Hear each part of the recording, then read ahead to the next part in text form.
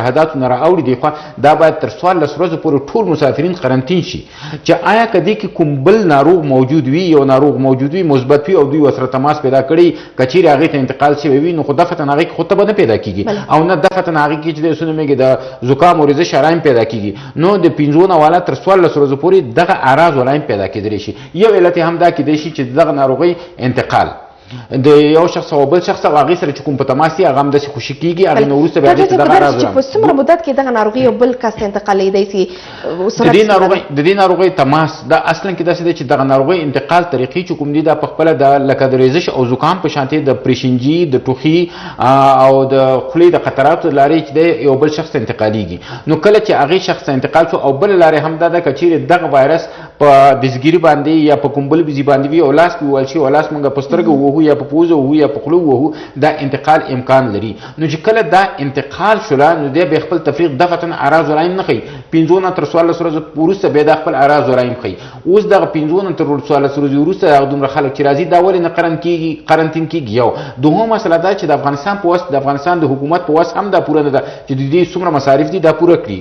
لومړني علایم څه دي ډاکټر صاحب چې کله یو کس په دغه مرض باندې اخته کېږي هغه باید پوه شي بیا ډاکټر ته مراجعه وکړي ځان قرنطین کې باید بالاخره تدابیر ورته پیل شي عوامل څه دي لومړني عوامل چې باید ګورې داسې دی چې زموږ هېواد یو داسې یو هېواد دی چې هغه وروسته پاتې هېواد دی د سواد کچه هم ډېره زیاته ټیټه ده او د بلې خوا څخه زموږ اقتصادي ستونزې هم ډېرې زیاتې دي د دې لومړني عوامل چې دی عینا داسې یو عوامل دي لکه د یو ریزش او زکام د پزې بهېدل ټوخې سردردي او تبه او کله چې ډیر شدید شي نو بیا په سینه بغل باندې اخته کیږي اوس موږ اول دغه د کابل ښار وګورو د کابل په ښار کې ډیر ماشومان ځوانان زلمیان او سپینګري دا په ریزش او زکام اخته دي په کار دا دی چې د دې وایرس څخه موږ وقایه کړو باید په دې باندې پوه شو چې آیا دا هغه ریزش او زکام دی چې ساده ریزش او زکام دی او کنه دغه وایرس د کرونا وایرس له کبله دی نو د دې تشخیص لپاره باید د کابل په ښار کې ډیر زیات کټونه په هر ځای کې مهیا وي چې یو شخص وکولی شي چې هلته ولاړ شي او خپل دغه معاینه کړي او مطمئن شي چې نه زما عادي او ریزش او زکام دی ځکه د دې اعراض علایم او د عادي ریزش او زکام اعراض علایم دا بالکل تفکیک کیږي نه نو چې کله نه تفکیک کیږي اوس په دې کابل ښار کې څوک پرې مصاب وي مثلا عادي ریزش او زکام باندې هغه څوک څه پوهېږي چې دا عادي ریزش او زکام دی او که دا دغه ریزش د کرونا له کبله دی نو له همدې کبله ده چې باید ټول خلک په قرنطین کې وساتلی شي حتی مکتبونه حتی د کورو څخه ونه ایستلی شي او دا امکانات زموږ په هېواد کې ډېر کم دي ځکه اکثرا داسې کورنۍ شته دی چې دلته ډېر غریب دي سهار وځي کار کوي او ماښام خپله ډوډۍ پیدا کوي که چیرې دغه شخص موږ قرنطین کوو نو هغه د ولږې نه مري او د حکومت په توان کې هم دا نشته چې دغه خلکو ته دغسې سهولیات ورکړي او کور په کور هغوی ته هر یو شی ورورسي دا ډېره مشکله ده خو دعا به دا کوو موږ چې خدای دې د دې واقعات او پیښې لا پسې نورې نه زیاتوي او که چیرې دا ناورین رامنځته شو د دې مخه نیول د حکومت د وسې او د خلکو د وسې ډېره لرې ده خو بیا هم سره د دې چې د دې مخه نیول ډېر مشکله ده بیا هم زموږ د خلکو نه خاص دا دی چې دا یوازې په حکومت او په وزارت باندې نه کېږي بلکې خلک باید خپله هم همکاري وکړي خپله هغه صحي شرایط چې کوم دي خلکو ته هم راګرځو چې په دې وروستیو کې لکه څنګه چې د امیر روغتیا وزارت هم اندېښنه ښودلې ده چې خلک په دې برخه کې ډېر زیاته جدي پاملرنه کوي خلکو لپاره باید څنګه دغه ذهنیت ورکړي چې رښتیا هم د کرونا وایرس ډېر زیات خطرناک دی ډېر زیات ګواښونکی دی دوی باید حداقل په دغه برخه کې همکاري عامه روغتیا وزارت سره وکړي که عامه روغتیا وزارت څرنګه د خپل ځان پر باید دغه آمادګي دوی ونیسي ګورې د عامې روغتیا وزارت یو غلطي په دې کې هم ده چې کله دوی معلومات ورکوي لکه د اولې ورځې چې کوم واقعه په هرات کې ثبت شوه د هغې نه وروسته دا واقعې ډېرېږي او یولسو ته رسېږي اما د هغې اولې واقعې د بهبودۍ او یا د خرابېدو دغه نتیجه بالکل هېڅ چاته معلومه نه ده او مرموزه ده چې آیا هغه اوله واقعه صحت شو نه شو نتیجه څه شو دا راپور باید ورکړي چې خلک لږ اطمینان حاصل کړي که چیرې ښه شوی وي که چیرې ښه شوي بیا خلکو سره دومره اطمینان حاصلېږي چې یاره مخ په ښه کېدو دی او که نه وي هم شوی باید معلومات ورکړي لکه په نایجیریا کې چې کوم دی 3 واقعې وي 3 مثبت واقعې وي چې 2 مثبت واقعې صحت شوي نیګیټیو شوي منفي شوي هغه رخصت شو او یو واقع مثبت د خپلو خلکو ته معلومات ورکړل وزارت صحت عامه صرف د مثبت راپور ورکوي اما د صحتمندۍ د هغې د تداوۍ د هغې د په شفخانه کې د هغې ته چې کوم دغه مدد ورته کېږي یا هغې ته چې کوم سهولیات ورته مهیا کېږي هغې هېڅ معلومات نشته او خلک هم په همدې اندېښمن کړي دي چې دغه اوله واقعې باندې څه چلو شو یعنې څه شی تاسو وشو. چې دلته عامې روغتیا وزارت تشویشونه پیدا کړي دي باید دغه تشویشونو ته عامې روغتیا وزارت ځواب ووایي. ځواب وایي. اولین ځواب یې دا دی چې دوی عامې روغتیا وزارت چې دی څه نومېږي دغه کوم کسان 11 یا 14 کسان دي چې بستر کړي دي د صحت په رابطه باندې هره ورځ دوی باید په رسنیو کې چې خبر ورکړي چې صحت ښه کېدو طرف ته روان دی که خرابېدو طرف ته چې حد اقل خلک پوه شي چې کله خلک پوه شي بیا خلک د خپل اوس اکثرا زموږ په جامعه کې داسې خلک دي اکثرا چې موږ ګورو او اورو وایي چې هر څه خدای پاک کوي. بالکل چې هر څه خدای پاک کوي خو انسان ته الله تعالی دماغ ورکړی دی باید د خپل حفاظت لپاره باید هم موږ یو څه وکړو. اما ډېر بې پروایي نیولې له همدغه بې پروایۍ له کبله دا زموږ د ناپوهۍ چون موږ اکثرا د پوهه کچه ډېره ټیټه ده د دغه ناپوهۍ له کبله چې دی دغه ناورین کیدای شي ډېر زیات پراخ شي. بله ډاکټر صاحب راګرځو تاسو خپل پوښتنه ده چې تاسو ویل عامې روغتیا وزارت دغه اندېښنې دغه تشویشونه پیدا کړي دي. اوس که چېرې تاسو مریض سره ناروغ سره تاسو مخامخ شئ که هغه عادي ناروغۍ مې ډېر زیات دوی په ویره کې دي همدغه ویره څومره د نورو عواملو د نورو ناروغیو په سبب ګرځېدلی شي نور تشویشونه ورته پیدا کولی شي. ګورې د افغانستان اکثرا خلک چې دی په 40 کاله جنګ چې کوم تېر شوی دوی ته اکثرا چې د ژور خفګان یا تشویش یا ډپریشن مرض ډېر زیات دی او تقریبا موږ ویلی شو چې د 80% نه زیات خلک چې دی د اعصابو په تکلیف باندې اخته دي. اوس د دې وایرس په منځ راتګ سره چې په کور کې یو عادي رېزش او زکام شي نو اکثرا موږ ته راځي روانې وي چې دا خو به هغه شی نه وي چې زما ټوله کورنۍ تباه نه شي. یو بل تشویش پرې علاوه شو بلکې د دوی هغه ژور خفګان لا پسې زیاتېږي. یو دوهم دا چې دوی چې کله دغه ژور خفګان لا پسې زیات شي د دوی اشتها خرابېږي پس دا غذا نه خوري د دوی د معافیت سیستم نور هم پسې راټیټېږي او چې کله د یو انسان د وجود د معافیت سیستم راټیټ شي دغه کرونا وایرس هغې باندې چې ډېر زر اغیزمن کیږي. دریم دا چې اوسونه میږي دغه د وجود معافیت سیستم او زمونږ په هیواد کې اکثرا که موږ زلمیان ګورو تنکي زلمیان ګورو ماشومان ګورو سپین ګیرو ګورو د دوی اکثریتو چې د معافیت سیستم ډېر ټیټ دی ځکه اکثرا ماشومان زمونږ کمخونه دي اکثرا میندې زمونږ کمخونه دي اکثرا سیستم د اوچتېدو په خاطر باندې چې د حفظ ما تقدم په کار دی. حفظ ما تقدم په دې چې باید په کور کې ډېر پاکوالی او صفایي راولو خپل لاسونه چې دی پرېمینځو د ورځې 8 ځلې 10 ځلې چې دی په صابون باندې پرېمینځو غاښونه برس کړو خپل ماحول پاک وساتو چې کله دغه ماحول پاک دغه نو مریضي انتاني ناروغۍ نه راځي او انتاني ناروغۍ باندې یو شخص نه مصابېږي او کله چې په انتاني ناروغۍ باندې مصاب نه شو د دې د وجود معافیت سیستم لوړېږي. دا یو مسله. دوهم مسله زموږ په هېواد کې ډېره مهمه دا ده چې خصوصا هغه خلک چې عمرونه ډېر وي د ډاکټر صاحب همدغه ته راګرځو چې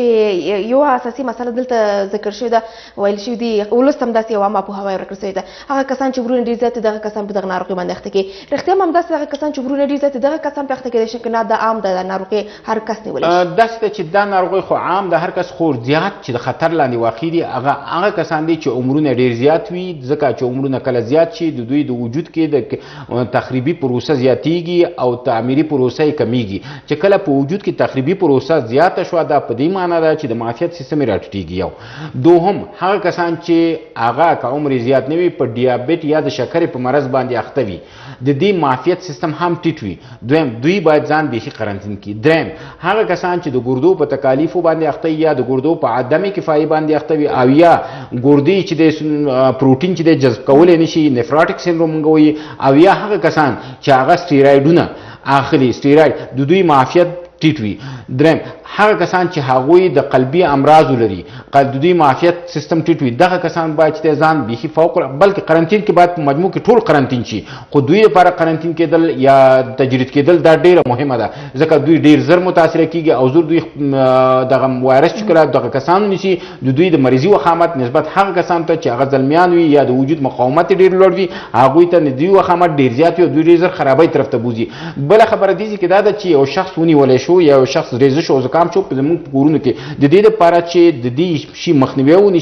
مخنیوی وشي نو هر هغه عادي رېزش چې هم وي باید خپله کوټه را جلا کړو. ماسک باید واچو چې زموږ نور ماشومان په هغه عادي رېزش باندې هم مبتلا نه شي ځکه اوس خو موږ سره هغه کیټونه نشته په کور کې یا په کوڅو کې یا په دکان کې یا په لابراتوار کې یا چې هلته ډېر زیات وي چې هر سړی لاړ شي او هلته خپل ټیسټ وکړي چې دی که نه دی. دا اوس مشکوک شو معلوم نه دی چې دا کوم نوع دغه دی رېزش او زکام دی آیا د کرونا وایرس له کبله دی که د عادي وایرس له کبله نو له دې کبله ده چې باید موږ ماسک واچو دغه واچو ځکه عادي رېزش او زکام تر 3-4 ورځې پورې ښه کېږي که چیرې بیا دې سره شدیده تبه پیدا کېږي سردردي پیدا کېږي سالنډۍ پیدا کېږي نفس تنګېږي او وضعیت مخ په خرابېدوی دا باید حتما شفاخانې ته مراجعه وکړي او خپل ډاکټر سره مشوره وکړي. بله ډاکټر صاحب راګرځو دې ته چې په په ډېرو هېوادونو کې دغه ناروغي ښکاره شوې هلته تشخیص باندې لا هم تر اوسه پورې دوی نه دي بریالي شوي. افغانستان کې څنګه داسې کېدلی شي که چېرې دغه مرض واضح کېږي دوی ته ښکاره کېږي دوی بالاخره په دې باندې بریالي شوي چې باید دغه مرض تشخیص کړي. رښتیا هم کوم تدابیر چې د عامې روغتیا وزارت له لوري نیول شوي دا ورته بسنه کوي؟ د عامې روغتیا په ټول هېواد کې یا په ټوله نړۍ کې چې دغه مرض خپور شوی دی تشخیص یې کېږي، اما تداوی مشکله ده او د دې د حفظ ما تقدم لپاره په ټوله دنیا کې صرف د اوس له لاسونو پرېمینځل او هغه هم د ورځې 8 ځلې یا 10 ځلې یا 15 ځلې باید پرېمینځل شي. خو کله چې لاسونه موږ پرېمینځو باید بیرته لاس په خوله، پوزه او سترګه باندې ونه وهو. یو دوهم چې وزارت صحت هم دې سره وقایه کېږي. کله چې موږ په کور کې په زینو باندې ښکته کېږو یا چېرته ځو دا قلفکونه دا باید موږ صفا کړو او په دې باندې هغه ضد عفوني مواد ووهو چې هغه پاک شي. اما زموږ په هېواد کې دومره قدرت او توان نشته د خلکو د شپې ډوډۍ نه لري، نو هغه ضد عفوني مواد به څنګه واخلي چې هغه هره ورځ په دې قلفکونو باندې وهي، دروازو باندې وهي. خو یو کوشش باید خو موږ وکړو. بل د دې چې د دې مرض په ټول جهان کې علاج نشته او په ټول جهان کې د تداوی نشته، فقط تداوی حفظ ما تقدم ده او د معافیت د سیستم جیګول دي. او د دې سره چې د خپل انکوبیشن پیریډ چې پوره کړي، هغه تفریغ دوره پوره کړي، ان شاء الله هغه مخ کېدوزي. خو وزارت صحت هم ته ډیره ضرور ده چې دغه کوم واقعیت دوی راپور ورکړي یا ثبت کیږي او هغه واقعیت باید دوی راپور ورکړي چې کوم دوی ثبت کوي او چې کله ثبت کړي کاغه یوي او کسل وي او که 50 وي، باید خپل ټولنه هغه په جریان کې واچي چې ټولنه دې شي ته متوجه شي چې ولا واقعیت ډیر شو، خپل د حفاظت لپاره هغه دغه کیږي ورخطا کیږي، خپل حفاظت کوي. او بل مهمه خبره تر ټولو دا ده چې د دې ناروغان چې بستر شوي دي خلک مشکوک پاتې دي او هر یو سړي پوښتنه ده چې آیا دوی ښه شو یا بدتر شو او یا مړه شو، څه چلو شو. د دې رابطه باندې چې د هیڅ معلومات نشته. په دې رابطه باید وزارت صحت هم مجبور مکلف ده، دغه وظیفه ده چې په دې رابطه باندې چې د سنومیږي معلومات ورکړي چې د دې ناروغانو صحت بهتري طرف ته روان دي که خرابۍ طرف ته روان دي. همدغه برخه کې عامه پوهاوي ته څومره زیاته اړتیا لیدل کېږي چې اوس ډاکټر صاحب په لور پراتو سیمو کې هم ډېر داسې کسان به شاید وي چې هغوی به تر دې هم د کرونا ناروغۍ پر باندې دوی معلومات ونه لري چې دا څه ډول ناروغي ده. هغه کسان څنګه باید پوه شي په دې برخه کې عامه پوهاوي ته څومره ضرورت ده؟ د دیني عالمانو، د ډاکټرانو، د عامې روغتیا وزارت مسؤلیت په دې برخه کې څه کېدای شي؟ ګوره په ټوله نړۍ کې د دې ناروغۍ تشخیص کېږي، اما لکه څنګه موږ ویلې چې تداوی لا اوسه پورې نشته او نه واکسین شته او نه کوم بل لار. یوازینۍ لاره چې کومه ده هغه عامه پوهاوی او خلکو ته د دې خبر رسول دي چې ټول خلک پوه شي او دا تر ټولو ډیره زیاته اړینه ده. او په دې او په ځکه چې کوم مصارف کېږي باید ټول په دې لاره باندې مصارف وشي چې خلکو ته خبر ورسیږي. اما موږ ګورو چې زموږ په افغانستان کې عامه پوهاوی کچه ډیره زیاته کمه ده او ډیر زیات پر رسنیو باندې هم د دې تبلیغ نه شي. باید هر رسنۍ کاغه ریډیو وي، کاغه اخبار وي، کاغه تلویزیون وي، کاغه نور فیسبوک وي یا ټویټر وي، د دې لارې باید ډېر پراخ شي. دا شی دومره پراخ شي چې په ورځ کې حد اقل د دې تکرار چې 10 ځلې شي چې خلکو په ذهن کې دا ذهن نشین شي او خلکو په دې چې متوجه شي چې دا واقعا ډېر خطرناک دی، تر څو د دې عامه پوهاوی د لارې هغوی وکولی شي خپل ځان حفاظت کړي او د دې لارې چارې چې څنګه وکړی شي چې دوی خپل ځان د دې کرونا وایرس څخه وساتي، لکه د صابون باندې د لاس پرېمینځل، د ماسک اچول، د دې. او یو بله خبره هم دې کې دا ده چې ډېره مهمه خبره ده دغه د ماسک اچول. اوس یو شخص سهار د کوره وځي یو پاک ماسک اخلي، هغه چې د ورځې ګرځي ماښام کور ته راځي، هماغه ماسک اخلي په یو المارۍ د پاسه یا یو دغه کېږدي، بیا جیب کېږدي، ساعت شي بیرته هغه جیب نه وباسي او بیا ماسک دغه کوي. اوس په دې رابطه وزارت صحت هم هېڅ معلومات نه دي ورکړي آیا دغه ماسک بیا دوباره استفاده شي که نه شي او که استفاده نه شي چېرته واچول شي، څنګه ذخیره شي، څنګه لرې کړلی شي. په دې رابطه باید وزارت صحت هم دغه وظیفه یې ده چې باید معلومات خلکو ته ورکړي. بل ډاکټر صاحب همدغه پوښتنې ته راګرځو چې سره د نړۍ ډېر شمېر هېوادونه په دغه ناروغۍ باندې اخته شوي دي، لا همدغه د تداوي په برخه کې پاتې راغلي دي. بالاخره څنګه کولی شو دغه ګواښونکی ناروغي چې د دې ته باید موږ ماته ورکړو؟ د دې ګواښونکې ناروغۍ د ماتې مخه اول قدم کې باید موږ چې د په هغه تجمعات چې هلته ډېر زیات تجمعات هلته باید ولاړ نه شو. اما بدبختانه باوجود دی چې د ناروغۍ دغه ده، موږ د شمشاد رسنۍ سره خوا کې دغلته په چمن زوري کې د بزکشۍ دغه مو لیدله چې څومره خلک راټول شوي، باید لوبه مو لیدله څومره خلک، باید دا ونه شي. دویم هوټلونه باید ټول بند شي، ودونه په هوټلو کې باید ونه شي، خو تجمع کور کې تجمع په کور کې باید ونه شي. دا شیونه باید ټول قطع شي. تجمع په کور ګوره دا موږ ته شریعت او اسلام هم ویلي وایي تر ټولو بهترین واده هغه دی چې 5-6 کسان سره راټول شي او هغه نکاح وتړل شي او په مخه هم مصارف کم هم د امراضونو دغه. هغې ډېر مخکې پیش بیني کړې. همدارنګه مکتبونه باید رخصت شي، پوهنتونونه لکه چې اوس یې تر 13 پورې رخصت کړي دي.